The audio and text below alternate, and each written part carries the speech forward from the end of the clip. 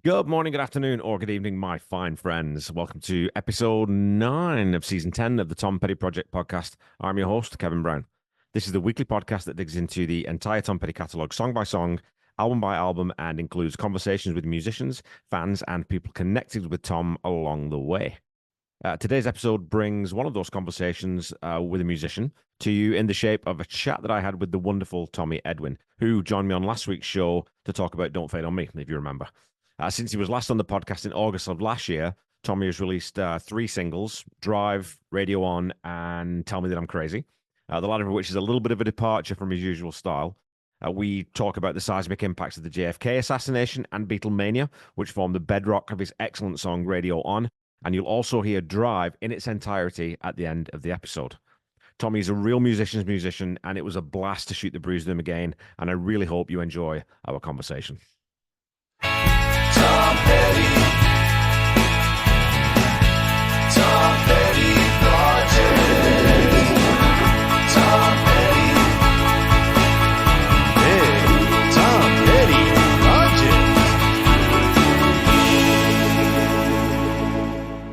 Project. Doesn't technology just make life easier? Oh yeah, it's fabulous, man. It's, it's like remember Queen, no synthesizers? Yeah. Yeah. So it's like that. They eventually got synthesizers because they had to, right? So because it that's just, that. I mean, use the tools, man. Like, just use whatever's available. Don't limit yourself.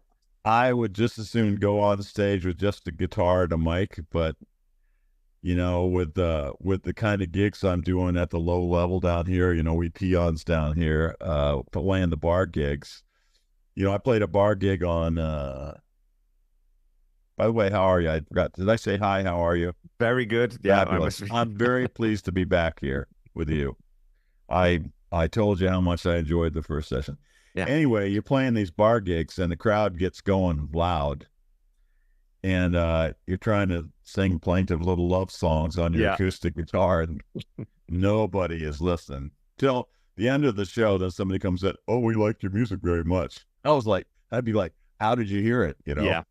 So that's why I eventually, as a solo gig in bars and that kind of thing, I went with a looper pedal, that I could put backing tracks on, and now, at least I get a bit more engagement when I do the Tom Petty songs. I got bass and drums backing me up. When I fire into "You Wreck Me," and crank the volume up, that helps. So gets people's attention. Yeah, but my opening set is like, "You Don't Know How It Feels," "I Won't Back Down," and "You Wreck Me." I just boom, boom, boom, hit those, and that works. So thank you, Tom Petty, for those songs. Well, I mean, talk about an icebreaker, right? I mean, some of those songs that he wrote, even if I think that some of those, like "You Wreck Me," even if you don't know that song, if you have any love of rock and roll at all, you're going to get it immediately because it's just such a good song. It's such an easy, cool riff, and And my looper has exactly the perfect. My looper drum stuff is very simple. It just gives you a beat. There's not anything you can fill in or program or anything, especially, but it just rocks pretty well on that song and a few others. So it fits out pretty well. And, the drummer never screws up when you have a looper. Oh, drummers are infallible, man. Come on. I'm sorry. I forgot for a second that you're a drummer. So I might have accidentally thrown that in. I play drums. I'm not a drummer. There is a difference. Well, as a mediocre guitar player, I totally understand, So the Tom, you love his music, and then if you get to play it, and then play it like in a rock and roll band, Then I played for a guy's party. My producer, James Steffen, had a birthday party back in January and had sort of a pickup band there. And I got right up front and did the front man thing. And I'm like, 1, 2, let's go. I won't back down. And they're all going, man, we hit it though, and it was like, I'm in front of a band doing a Tom Petty song. Yeah. It was fabulous. Yeah. Something special about that here. I mean, there is something, I mean, obviously, touring as a solo artist is always cool. And I've got friends who do it as well. And it's a good way of making money too, because you don't have to share it with anyone. But being in a band, there is something special about that dynamic of playing with other people, right? like I said, I'd probably have a band, but bands are hard to pull off. Sometimes at kind of where I'm at, because guys will be like, "Yeah, I can't make it to the gig. I've got to take my kid to soccer." Yeah. There's that thing. So it makes bands difficult. I'm gonna try to have I got selected for doing a fairly big gig at the Levitt. I don't know if you heard the Levitt. It's an organization that puts on music in a lot of towns. They have a band shell and a big presence in Sioux Falls. And I'm not supposed to broadcast it yet because I want to make the announcement, but I'll be playing that show in the end of June. And for that, they like you to have a few other people playing with you if you're the opener. They don't want just a solo guitar up there. Yeah. So, and I actually did the first open mic for their series last year with a clarinet player, and it was fabulous getting up in front of 3,000, 4,000, 5,000 people. Yeah. And I was surprised how calm I was and how much fun I had. So, and this is the same series, but I'll get to open for somebody I don't know, and it'll be about a half an hour. So that's awesome, man. And so I'll have to put a little band together for that, but that'll be a pleasure. But that's something else that'll be fun, right? Is like going through a set list, figuring out what you can play, running through those with practice, and that's going to be a different thing again, which is keeps you interested. And absolutely, I've got a guy who's here who's gonna be kind of a sideman for me when I need him. He plays guitar, mandolin, bass, tuba, and anything. Yeah, and has a voice that's probably better than mine. Not that mine's that great, but he's got a fabulous voice that can do a lot of stuff, and he can sing a lot of high harmony. So we're kind of working him in as my sideman and sidekick, and he comes from the Grateful Dead tradition and bluegrass tradition. So it's like all these things that I've never been a great fan of, like bluegrass, and I've never been a Deadhead. It's like, yeah, the Grateful Dead passed me by, and I think it's partially an age thing where I just a little bit too young, maybe a British thing because they weren't really as huge over there. I think I just missed them. You have to really love jam bands to really like the and jam bands are fine, but I'm more of a like, let's do the song. There's 2 minutes there you can do solo or whatever. Yeah. And I don't want to say it's too much noodling for me or whatever. And maybe I don't know how much the extracurricular chemical substances have to do with how much you might like them, but it's been a long time since I was there. Yeah. But I was probably as passionate about Yes as some Deadheads are about the Dead. I liked Yes so much I didn't listen to anything else but Yes for about 10 years, and it really I might have mentioned this before, it really stunted my musical development in a sense, because I wasn't listening to much else, especially as the whole Americana thing took off. Yeah, you miss out a lot. I mean, it's such a silly thing to say, I only listen to this type of music, or I only listen to this. Yeah, listen to everything. And I mean, a lot of it you won't like. There's still stuff that, my daughter will play for me or whoever will play for me. I'm like, it's okay, but I'm probably not going to listen to it again. Yeah. But at least I've heard it. And at least I know that there's something else there, right? Yeah. Also, my straight career, as I call it, as a professor, I was so involved with that. I didn't hardly listen to music for a long time. I just didn't have time, except for putting on an old tape on the Walkman as I did transfers in the fungus room or whatever. But, and then when I finally got settled here and, I was still plinking along on guitar, it was actually the Jayhawks that got me listening to a lot of other things again. And, cool. I have a special place in my heart for the Jayhawks, for them bringing me back. And then I started really getting back into guitar and stuff. So, well, that's awesome. Well, okay, let's dig into, because it was August 2023. It was August of last year when we last spoke. Okay. And since then, you've released 3 singles. So I wanted to talk about those. Okay. Because that would be a good place to start. And so Drive was the first one that came out September 15th, 2023. Yes. So I wanted to, what were the origins of that one? Because one thing I noticed about this, I wanted to ask you this question, because as a songwriter, sometimes you run out of words. and sometimes you're not too sure you're going to arrange everything. There's a really short verse in this song, and then you go straight into almost like a guitar solo. So Yeah, was that a yeah. case of really wanting to subvert structure there and be very specific about doing that, or was that I'm not too sure what to say here. I'm just going to play my guitar. Well, no, what happened was I did that, and the intro was fine where I do the guitar picking, or the little lead guitar was a fine thing, but I hadn't set the audience up for what the thing was about. It's all of a sudden I'm talking, I don't like the part, and a person could hear that and go like, what's he talking about, the parts? Right. And so I went back to that G to D A little progression that's at the end of the second little solo bit, and I did that, and I came up with the verse of like trying to set the stage for how two people are talking about the long distance relationship. So I just threw that in there, and then now the person's set up to listen to what whoever's talking about what's good and bad about a long distance relationship. Yeah. Well, and you said,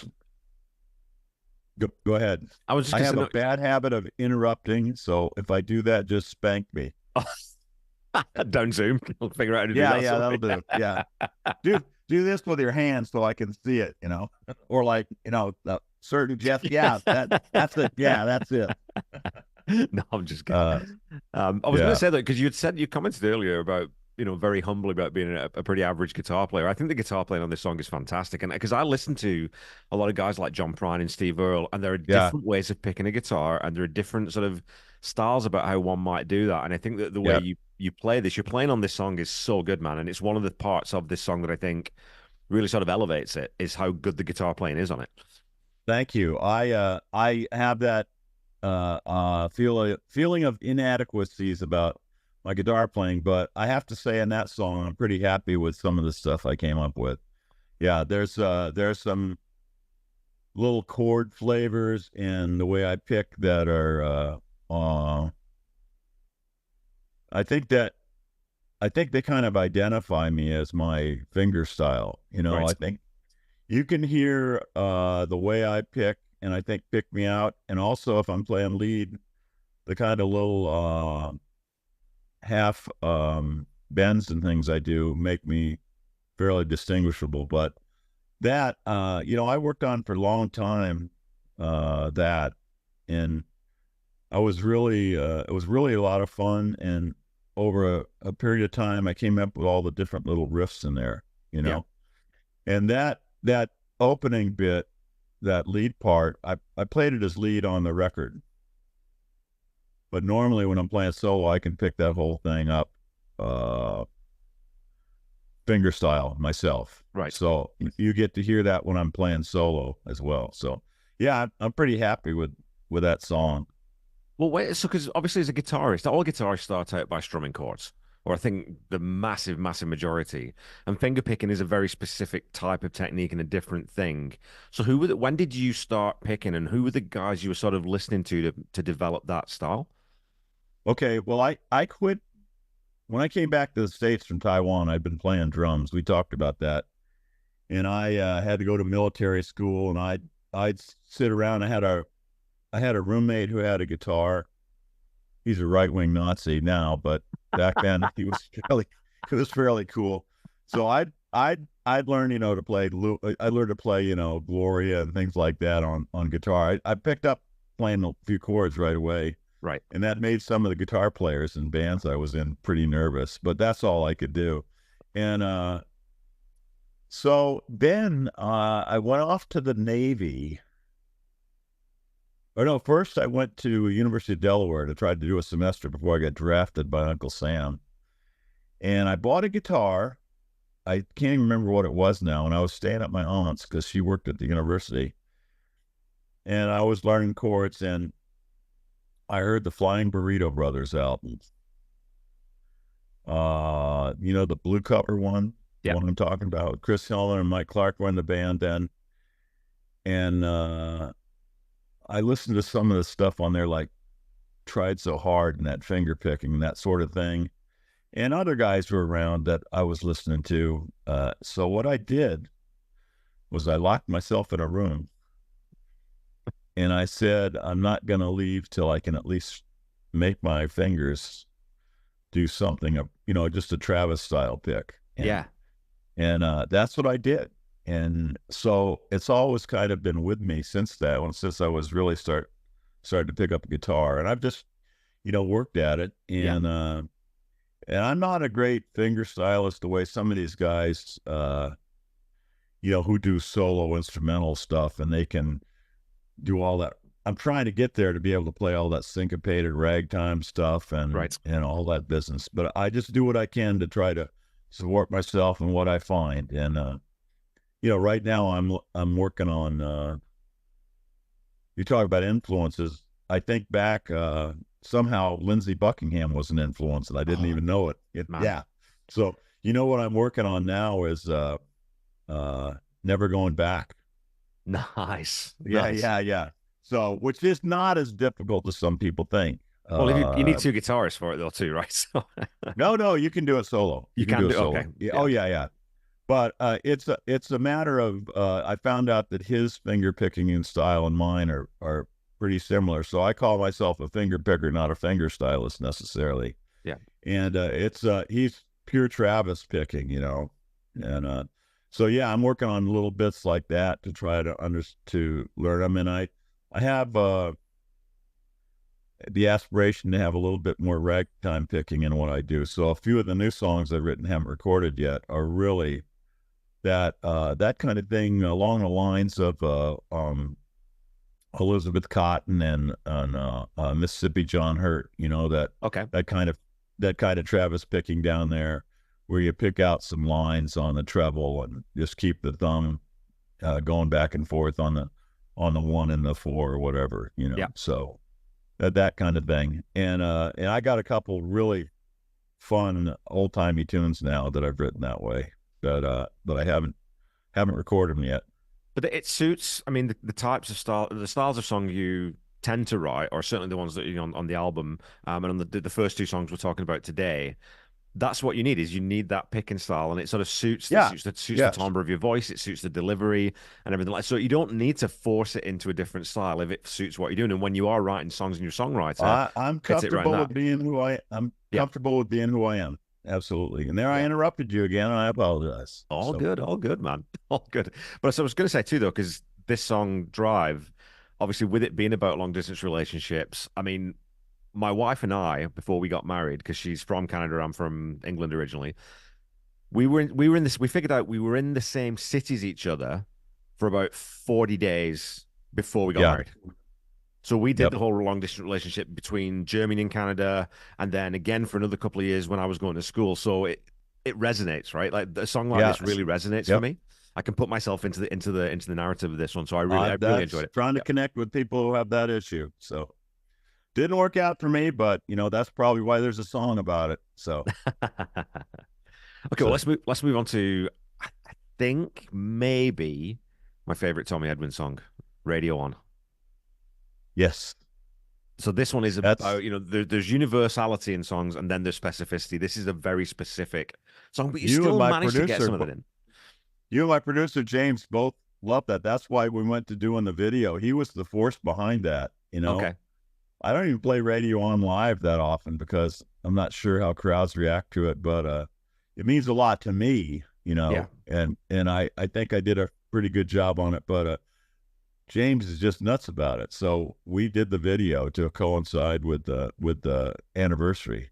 So tell people what it's about and set up like what's the story of it, because it's about a specific event, and then it's also about something else that I think there's another thread there that I sort of pick up on. So I'll let you tell people what this song's about. Certainly, it's about a specific event, the assassination of John F. Kennedy, but it's also the juxtaposition of another event later on in the very next year with the emergence of the Beatles. Yeah. And you're a young person, so you weren't, didn't have the, I'll call it a privilege or whatever to be there when they hit. Yeah. And it truly was like a bomb going off. there's before Beatles and after Beatles, and buddy, it's a quantum leap. Yeah, I just can't even begin to describe it. So it's about those two things, and I haven't experienced both those things. And I could have made that a lot of longer as I've written a song. I almost want to be like Dylan and start adding verses. Absolutely. And I probably need to have a verse about the song's fine as it is because it focuses on those. But I was thinking the other day I could have had more of a intro about how we were bored with the bebop music and the Beach Boys. Right. That's what we had to listen to. I had my brother's old 45s with like, Chris Montez, let's dance, and Paul Anka and stuff like that, and then Beach Boy. I'd be over at people's houses. Beach Boys albums were all over the place. It was great. My 409, my four, all that kind of stuff, cars and whatever, and it had a little bit of to it. The Beach Boys stuff had a little bit of oomph, rock and roll wise, Yeah. But so I could have had another verse about that, and I thought after the Beatles, I might have had a verse about, remember Bruce Springsteen said that when he first heard Like a Rolling Stone on the radio, it was like somebody kicked open a door. Yeah. Well, and that's exactly true, because I didn't really know who Bob Dylan was. I was a big Byrds fan. I knew they wrote some songs, but I'd never listened to them, Yeah. So then we're down in Florida and moved up to New York when my dad went over and dropped bombs in Vietnam. And I remember these events like sitting in the room, the radio, and that snare hits and, kaboom. Yeah. It's the same thing as down in Florida when Satisfaction by the Stones came out. I'm listening to the radio, boom. Yeah. All sitting in the car at Okinawa outside the library while my mom went in the library. And Jimi Hendrix comes on with Purple Haze. Yeah. So, those are radio moments, so radio on. Yeah.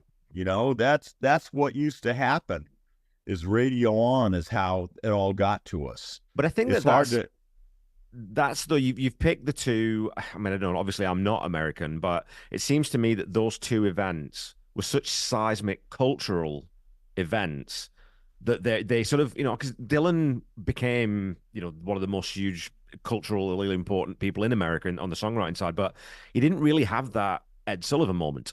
He kind of just came in, right? Yeah, and that's why, I could have those additional verses, but it's fine without it. And I really wanted to focus on those because put the time in context, November 22nd, JFK dies, and things go dark for a long time. And then somehow in the spring, we come back to life when this band from England comes along. And the funny thing is, I didn't get to see him on the Ed Sullivan show. Right. Because we were in Germany. We didn't even have TV. Right. Much less American TV. And my kids were like, what do you mean you didn't have TV? Well, it was the dark ages. We were in Germany. It was, only 15 years after World War II. We didn't have televisions, and that sort of thing. And so, but great anticipation had built up about the Beatles. And I still remember, this is, when I was really starting to get interested in music as about an 11, 12-year-old. And I would sneak off to the NCO club on Wiesbaden Air Base, and I'd see bands that came in there. And these German bands, 4-piece bands would come in, rocking, Yeah. And the rock and roll was around. They were doing it. And they got up and all had the same blue jackets on. Their name was the Blue Stars. I remember one group. And rumors started circulating about a band up in Hamburg that was really good. Yeah. GIs had come back and seen them, we're hearing this thing. And then the Odeon singles started floating through, with the green label. Yeah. So I got Here Love Me Do. And I had, believe it or not, I had the 45 with Tony Sheridan with the Saints Go Marching In, and my Bonnie on the flip side. Oh my God. With the Beatles backing him. And that, I don't know where that went, but that thing now is worth about $1,000, Yeah. Easily. And so this excitement was building up. and their album came out. Somebody had the album, and I remember how avant-garde I thought the cover was. The picture of the four Beatles on it. Meet the Beatles. They're in the dark, and it was just starting to build up. And then here I was being the good Boy Scout, and one day we stopped at the Post Exchange, and there it was. I want to hold your hand back where I saw her standing there. Yeah. In the little white, wrapper. And I took that home and played it till, I started collecting all the Beatles records right then. And it was just fabulous.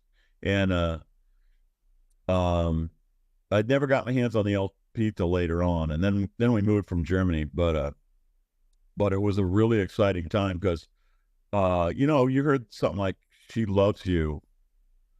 And, it's incredible songwriting and riffs.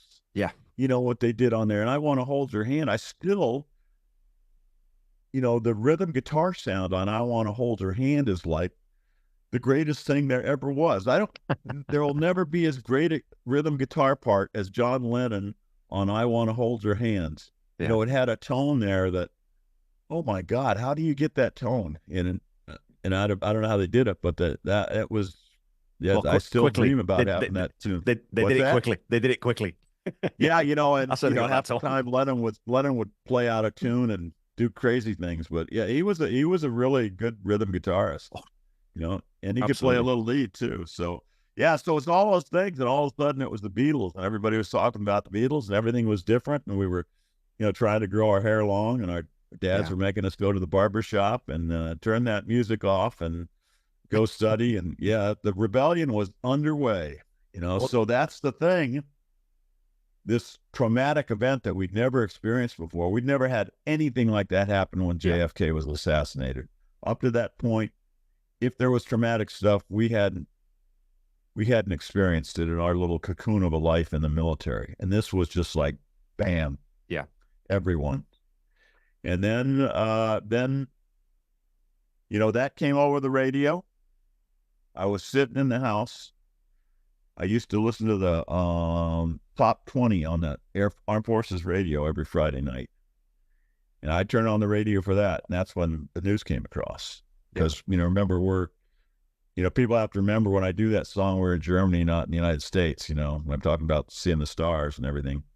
And that was it. And then and then Beatles started coming over the radio with all the hits, February, March there. They were just like, the Beatles have 12 songs on the top 20. Yeah. It was like that. So and there isn't really an equivalent for this generation either for that, right? Because, the way we consume media now, I think maybe something like TikTok might be the closest thing that my kids' generation has to a global event that just comes over the radio. It's not visual. It's not, but the first place you hear about it is via the wireless. It's the same as, with Wells' War of the Worlds. When they did the War of the Worlds broadcast, and it's so detached that it becomes this thing almost because of the medium that it's put out through. So the radio, Queen did Radio Gaga, the harkening back to they were the good old days. Yeah. They kind of were in a way, right? Because it was just different to the way it is now. It wasn't saturated, absolutely. And it wasn't on demand either. Here's the problem with the social media now is since I was a radioman in the Navy too, by the way, I don't know if you knew that. I did. Yeah, I did my 4 years in the Navy as a radioman. And the thing about, let's say something like Twitter, we're both on Twitter, right? And the analogy I like to draw is that, okay, imagine it's 1960 and everyone in the world is given their own radio transmitter. Yeah. And their own frequency, right? So everybody's out there blah, blah, blahing on their radio frequency, but you have to know the frequency to dial in, so you can hear the person. So mass communication, I don't know what it's led to, every day on Twitter, more and more, I just want to, throw that in the garbage, Yeah, I'm getting close. I'm still on there because of a few friends and trying to do something publicity wise with my music, but, I'm not sure that's led to a better world at all, No, and I mean the other thing too. I think that say JFK had happened in the era of social media, it would have been hashtag JFK. People would have responded to it and then scrolled on, and that would have been it. Yeah, right? It would have been a 2-second reaction. I don't know how let's hope the world doesn't have to experience that. But it certainly would be a seismic event, but it would be a seismic event for 3 days. Yeah, exactly. And then we'd move on to something else probably. If a leader like that if that happened, I don't even want to mention that, but yeah, either of any leaders, I wouldn't want to see any that had to happen to anyone. So that's kind of the story of Radio On, and I struggled with that for a long time. I had the first verse. The second verse originally was about going over to my friend's house and telling them not believe me, and I finally realized, well, that's not necessarily the most important part. I really want to set more of the tone, so I finally came up with that second verse. Yeah, and that came, and then the whole Beatles thing, I don't know, they came along in there somewhere, and I talked about maybe something about Dylan later, but if you listen to it now, the whole chord progression and approach are kind of Dylan-esque, the beat and everything, and one of this is not something where I lifted from him or anything. I probably hadn't even heard Visions of Johanna more than once or twice in my entire life, but it's similar in that, that kind of chord progression, a simple chord progression and that beat. Yeah. So, if I had thought about doing a studio version, I might, have added a bit more instrumentation, just to give it a more Dylan-esque flavor on purpose. Yeah. If I wanted to make that my aim, but I didn't do it. We got to the point where we just decided to release all these acoustic demos as songs, because James had done just a superb job of the engineering and production on them. So when it sounds beautiful. I mean, like I said, thank you very much. The chord progression is great. It does make you sort of that catch your breath kind of moment. There are moments in there, and I think that part of that is because you choose to just sing "Turn Your Radio On" in the chorus. You don't build the chorus out lyrically, so that statement, those 4 words, really have that impact that you want to sort of, again, to bring people back to that event if they were there and if they remember it, or to sort of evoke that in those of us who sure. weren't. I think it's a powerful way of doing it. It's a good bit of songwriting. Well, it's kind of a kind of thing you can really let loose on vocally. I haven't tried to take it up higher or anything, and I can hear where I'm a little rough in places, but it's kind of a vocal vamp improv thing I can do. Yeah. Because I can keep that going when I play live and just really tear into it vocally, and I can change the chord sequence a little bit here and there if I really want to make it take off, even more. So it was what I was trying to do was encapsulate the whole concept of turn your radio on for good or bad, and really just keep driving that. So, and one of the ways you do it is to have a repetitive nature to it, on the vocal. And you look at a lot of big hit songs, then the lyricists will keep them simple, but they have a chorus that they'll just make sure that doesn't get left behind, and they'll make it prominent. So if you were going to go to hit songwriting 101, one of the things would be you have to have more repetitive stuff in it. Yeah. That people can. It's called a hook, right? That's why it's called a hook. A hook, a lyric hook, and all that. Yeah. So I'm a very traditional kind of songwriter. I'm not trying to do new kind of stuff. What a lot of people are doing, where they're doing looping and they can't, change or modulate or anything like that. I'm very traditional song structure. Verses, and I want to have a bridge, and I want to have something that's a real hook. I got a couple tunes now I haven't recorded yet. I play in this one new one I've got called Desperate Plea, and it's kind of a British poppy kind of 80s kind of chord progression, and boy, does that get people rolling at shows, man. They just great, so yeah, so I'm very much like that, traditional. Although that song, there's no bridge in that song, Radio On, but I didn't think it needed a bridge because what I did vocally and a couple little chord changes there were almost like a bridge, So it keeps the song worked out pretty well. Yeah, and it's a enjoyable song to play live. As long as I got a listening room kind of thing. And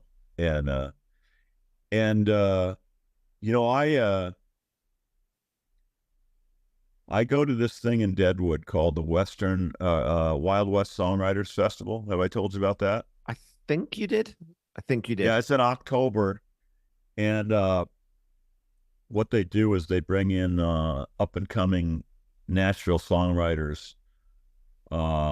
Some guys who are like behind the scenes all the time, others who are up and coming stars, and they come up there and they do the typical songwriter round kind of thing. They'll have 3 at a time in the evening at one of the places around Deadwood, and they do the same thing with the local or regional songwriters, but we're earlier in the day. And since we were getting ready to release Radio On, which by the way was we held off to be the last one of the album to be released to coincide with JFK's assassination anniversary.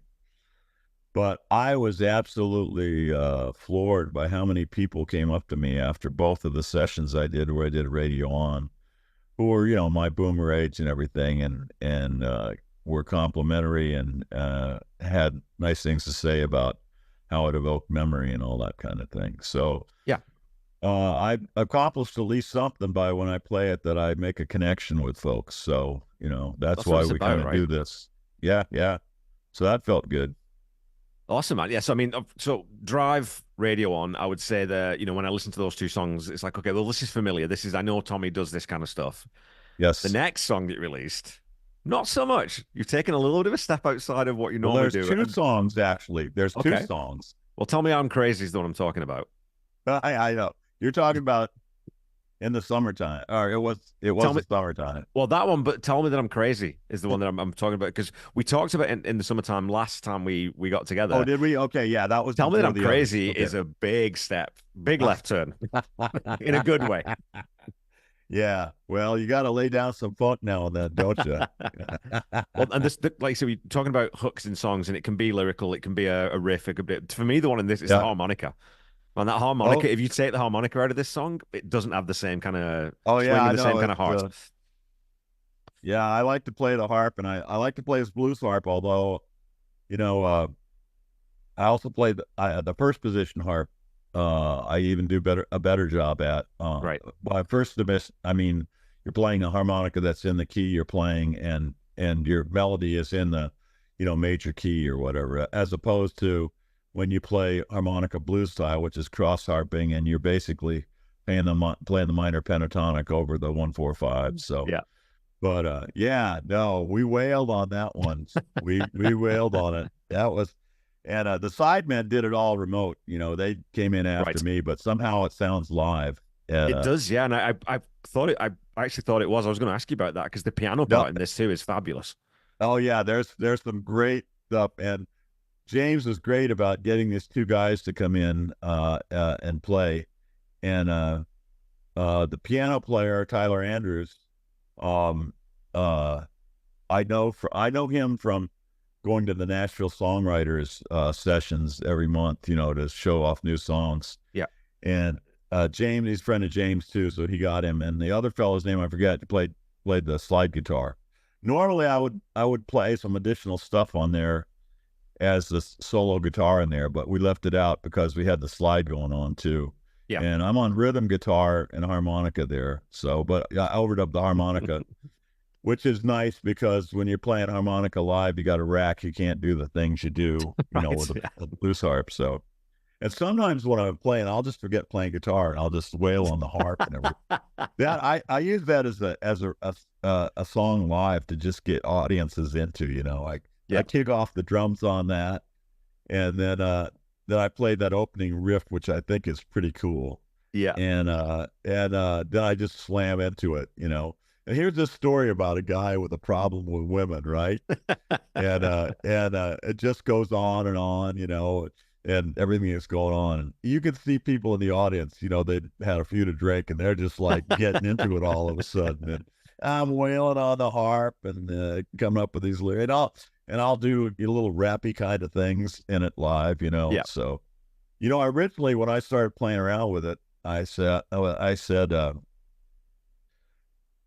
the thing that kept me going on writing it was like, maybe I can sell this to Aerosmith. Yeah, I could hear Aerosmith doing this. You know, can you hear Steven Tyler or somebody Yes. doing this? Yeah. So that's what kept me going.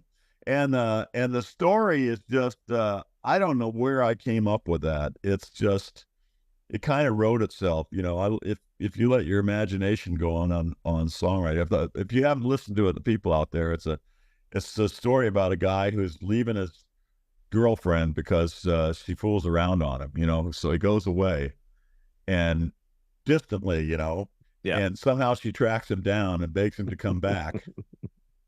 And he says, no way, I'm not doing that. But okay, you know, she keeps it up and he comes back and there she is fooling around with another guy when he gets back. So he's taken off again. So there's kind of a repetitive thing to this guy. He keeps coming back to getting his head hammered by this girl. So yeah, Well, it's fun. And then, you know, it's just a thing in E, A, and D, you know, it's just one of those blues things.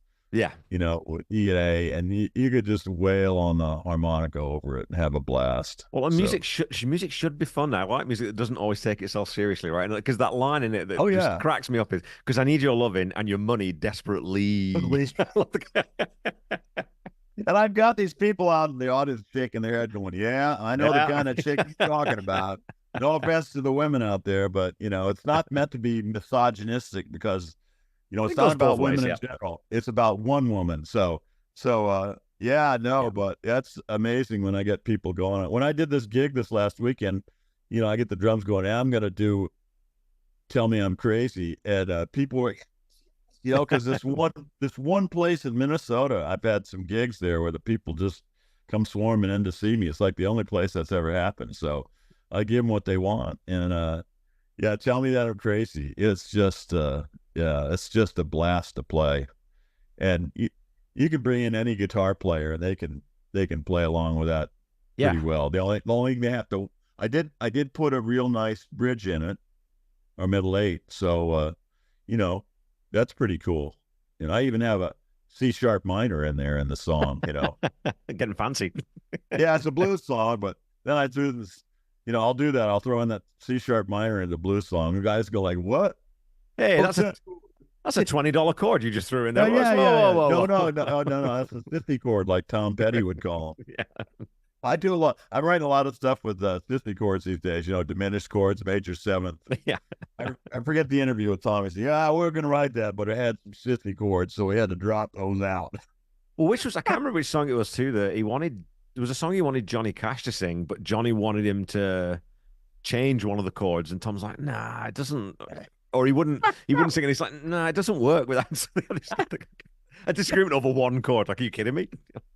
There are places with some of Tom's songs where you could probably throw in a couple passing chords that might do some things, but you know, that's what it is. So that's great. So was the master of simplicity and economy, right? So, well, you know, I have to say, from the perspective of when you get on stage, if you got a song that's really complex to play, better have rehearsed it real well, or you better be the most fantastic guitar, because all of a sudden you wrote this song and you're going like, oh no, I've got to play those changes. I can't even, you know, it's like that. And sing over top of it. Do you remember what Tom said when he was being interviewed about playing the Super Bowl? As in, Tom, what were the thoughts that were going through your head while you were getting up there to play in front of the Super Bowl? You were just amazed to be in the Super Bowl? And he says, no, I'm just trying to remember the next chord I got to play. It's funny when you hear musicians say stuff like that, because it sounds glib and flippant, but actually there is an element of truth to it. They were just thinking, well, you know, like you said, oh crap, do we got to E minor here? I'll just have a quick look at. Oh no, we're good. No, we're good. We're good. Watch your bandmates. And that's, you know, you expect like these guys who've been playing for 50 years, you know, that they know all their repertoire, right? All 500 songs they've released and play them anytime on stage, and like, God, we haven't played that in 20 years. And now they go back and try to listen to it and figure out how they played something. They're going like, I don't know. Yeah. I played it. Well, there's the great story about Mary Clouser always wanted him to do Mary's New Car. And like it would be something on the Mojo tour or something. And it's like, you know, he says, she come up, oh, do Mary's New Car. It's like, as if we remember it. Like, as if we don't remember that. Exactly. That's why I'm glad I only have 15 of my own songs out there, because most of those I can remember, so. The nice thing about your own songs, I've talked to a couple of people about this, friends of mine, they say the good thing about your own songs, if you're not like a big major artist, is not that many people know. So if you drop it the wrong chord in, you can usually get away with it because no one knows, right? So... Yes. Well, yes. It was noticed when I fumbled on Honeybee this weekend. Okay. Yeah. I do Honeybee acoustically sometimes, and Sweet. there's times where I've just killed it. Okay, but maybe I didn't rehearse it enough before the show. And I do a thing where instead of just that, da da da da da, I do a power chord thing through that. So I got the harmonized power chord, and I just couldn't get that right. And I was like this bumbling old professor with that song this weekend, and I'm screaming out, "Oh, and the women are looking at me like, "What the hell is this guy's having a breakdown on stage?" Yeah, we don't know that song. There's a lot of this thing with audiences, and I don't want to sound like a complainer, but if you want an immediate reaction from an audience at a small venue where they've been drinking and having a good time, and your set list was entirely songs they knew, you'd go home a hero. But I'll say, "Hey, you want to hear a Johnny Cash song?" And they go, "Yeah." And I'll play Big River, and a lot of people don't know that's a Johnny Cash song, and they're like, "When are you going to play a Johnny Cash song?" Yeah, well, I just did. So, well, it's not the Johnny Cash song I like. So, well, that's my friend. There's some of that, yeah. So you run into all that. My pal Randy's always says, like they'll, because he used to be he was in a blues rock band, and then he was in more of a sort of a funk, reggae, R&B type of band, and they're playing like late in the evening, and they're playing all these songs that have got rhythm and polyrhythm and all this kind of stuff, and some guy shouts, "Oh, play Slide or play something from AC/DC." It's like, what planet do you think that AC/DC goes after Paul Simon? You lunatic! Go home, you're drunk. Yeah. Or his reaction would sometimes be, "Well, this is AC/DC's favorite song," and then just play whatever song they were going to play anyway. So yeah. Well, I always tell people that I play a lot of old stuff, but I play a lot of obscure music by people really well. So I'm maybe doing the Dylan songs they don't know, but I think are great and they should hear. Someone once said, "When you go to play live, don't play what you think the crowd wants. Play what you think they should hear." Yeah. From your perspective. But then it's going to be more authentic. It's going to be more authentic. Yeah, if you sell it because you love it, that's going to come across. If you're just going through the motions playing Brown Eyed Girl, like a million other guys have done, it's okay. Well, I've heard that song before. Yeah. And I joined a group on Facebook called Solo Acoustic Musicians. Yeah. And it's a great group because I get to see all these guys who have basically the same live setup as me and are doing the same exact things. They're load in, how they're setting up, what they're getting paid, crowd reactions. I'm like, boy, there's like 4 million other people living my life here. I don't feel so unique now, but you hear a lot of good stuff. And yeah, it's always that. Yeah, I've got this set list, nobody's listening. You get to that peak time in the evening where everybody's yakking, talking. It's not a listening room. Yeah. And I'm just going to keep playing, man. You just have to have the discipline. I'm not going to let it get me down. I'm just going to keep playing. And there's somebody listening, That's the professional. And there is always the person who comes up after the show says, "I loved what you played." Yeah. And I loved you doing that song. And that's right from when you thought nobody was listening. So you just have to keep that in if you're doing this small venue live music stuff. So you said until you hit the big time, like I'm going to do this year while I'm playing festivals. So, hey, you never know. It could be the first step, right? But you said that so Drive Radio On and Tell Me That I'm Crazy, then you said were sort of more or less demos. Is there a plan to record them and put out the second album, or what's the plan for those songs? No. It was a summertime Drive and Tell Me That I'm Crazy are done. We don't. Okay, so those aren't demo. Those are done. Okay. Those will be on the next album. Okay. The title of that is going to be called Ghost Machines. Okay. Yeah. And that's from a lyric that's in, I don't know if you listen to that little song of mine, Pictures on My Phone. Yeah. Yeah. And that's the song when I finally croak and they put me in the grave, I want on the headstone, I want to say, this is the guy who wrote Pictures on My Phone. Yeah. That's how I feel about that song. So yeah, that'll go on there, and a bunch of other stuff. I got a list of 50 songs. Yeah. Waiting. So you are inspired by Dylan then, right? So No, I don't have worry about writer's block, because I know I'll just be goofing around in the kitchen with a guitar and something's going to happen. Yeah. Like Ed Sheeran in the movie Yesterdays. Yeah. What's your process? Well, Ed, I get up in the morning and have a cup of coffee, and after the first cup, I go and get the guitar, and then I just kind of dink around, and some riff comes out and a snatch of melody, and we're off to the races. And so I don't worry about it. I just wrote one a couple of weeks ago that just popped into place, and it's the most country thing I've ever written. That's no bad thing. I could send it right off to Nashville, really. So, yeah. So, and that's, there's going to be some diversity on the second album. You're going to go from It Was the Summertime to Tell Me That I'm Crazy to Drive to Pictures on My Phone. Yeah. People are going to like, there's no genre for this guy. It's everything. So, well, that's a good thing. Again, I mean, that's where as a listener, but because of your voice and because of the types of songs that you write, that's that through line. It's still going to sound like you. Yeah. You're never going to lose yourself to genre, right? Kind of like listening to the White Album, where there's so much diversity, but it's all Beatles. Just sounds like the Beatles. Yeah. Yeah, it's all together. The White Album might be my favorite Beatles album because there's Revolver, man. It's all Revolver for me. How do you you look at what we've got from the past. We've got Tom Petty's Wildflowers. We've got the White Album. Yeah. We've got Close to the Edge. We've got whatever, the Yes Album. We've got that. We've got the Jayhawks Hollywood Town Hall. How do you top those albums? You just can't. So yeah, absolutely, just great stuff.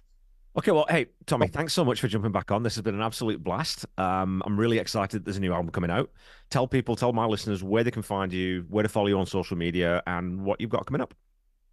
Okay, for my music, you can find me on Spotify, YouTube, and all those streaming places. And just look for Tommy Edwin, and you'll find my music there. And on social media, I'm on Twitter and Facebook and all those places too, under Tommy Edwin. You'll find me very easily. If you want to find my booking agent and have me come to your place and play, I'd love that too. So there's that. And that second album that will be coming out when we get enough things recorded is going to be called Ghost Machine.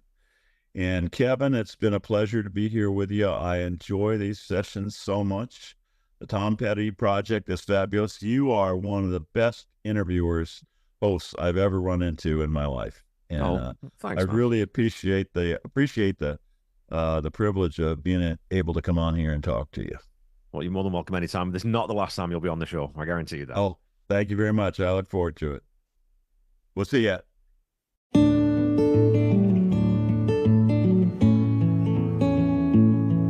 Well, living apart is hard, we both agree. So let's talk it out and we'll see just what we see.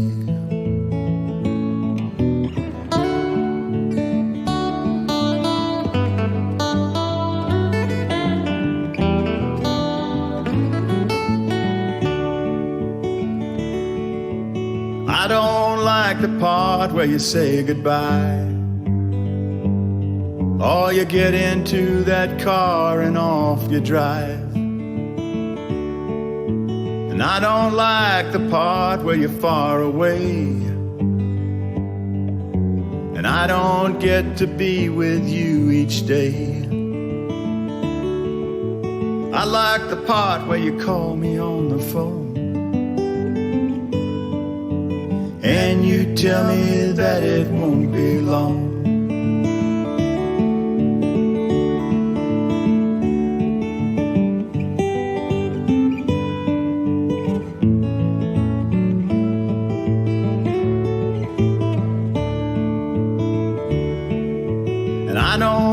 the part where you start to cry.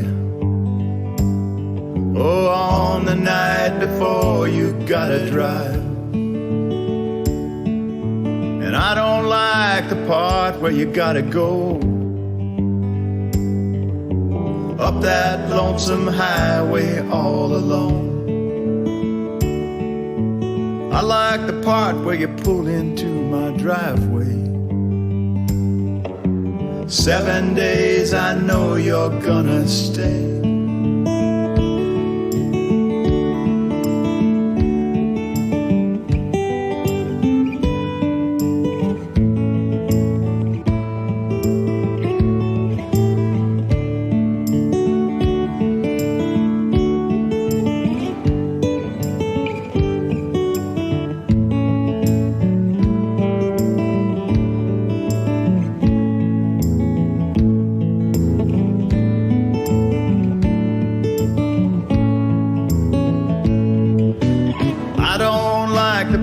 Where you say goodbye, or you get into your car and off you drive up that lonesome highway far away, where I don't get to kiss you every day. I like the part where you smile and say hello. Come on up them stairs and through my door. Yeah, I like the part where you smile and say hello. You come on up them stairs and through my door.